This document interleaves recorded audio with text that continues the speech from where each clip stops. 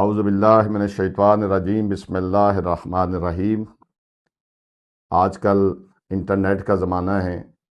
پہلے تو صرف باہر ملک والوں کے لیے یہ ہوتا تھا، لیکن ابھی پاکستان میں رہنے والے بھی کوشش کرتے ہیں کہ اپنا فطرہ مستحق کے اکاؤنٹ میں ڈال دیا جائے، یا جو ہے وہ جس کو وہ امین بنا رہے ہیں، وکیل بنا رہے ہیں، اس کے اکاؤنٹ میں جو ہے وہ پیسے ٹرانسفر کر دیے جائیں فطرے کی نیت سے۔ آیا یہ ہو سکتا ہے؟ شرعی طور پر یہ جائز نہیں ہے، لیکن شرعی طور پر اس کے طریقے بیان کیے گئے ہیں۔ یا تو آپ مستحق سے وکالت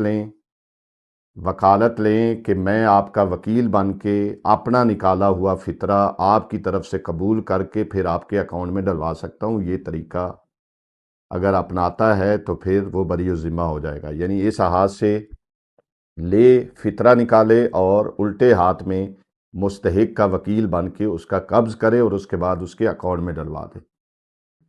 اگر کسی مولانا کو یا کسی مجتہد کے وکیل کو فطرہ بھیجا جا رہا ہے تو پھر اس کا بھی طریقہ کار یہ ہے کہ یا تو اس کو بولیں کہ آپ میرے وکیل ہوتے ہوئے اپنے پیسے نکال کے میرا فطرہ نکال دیں، بعد میں آپ کو قرضہ دے دوں گا۔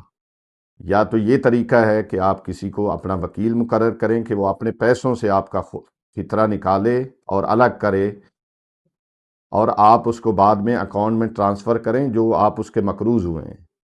یا تیسرا طریقہ یہ ہے کہ آپ اس کو جس کو بھیج رہے ہیں اس کو بولیں کہ میں آپ کو کچھ پیسے بھیج رہا ہوں، آپ میری وکالت میں آپ جو ہے وہ اس کا فطرہ نکالیں اور فطرہ نکال کے الگ کر لیں اور مستحق تک پہنچا دیں۔ یہ 3 طریقے بیان ہوتے ہیں جس کے ذریعے آپ اکاؤنٹ کے ذریعے بھی فطرہ مستحق کو بھی بھیج سکتے ہیں، کسی قابل اعتماد کو،